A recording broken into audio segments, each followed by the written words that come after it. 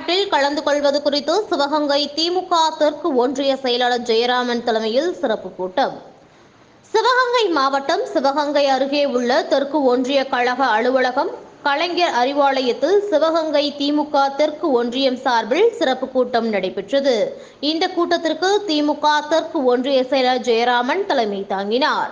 இந்த கூட்டத்தில் வருகின்ற 21ஆம் தேதி சேலம் மாநாட்டில் கலந்து கொள்வது குறித்தும், கலைஞர் அறிவாலயத்தில் சமத்துவ பொங்கல் கொண்டாடுவது குறித்தும் மற்றும் பூத் கமிட்டி சம்பந்தமான சிறப்பு கூட்டம் நடைபெற்றது.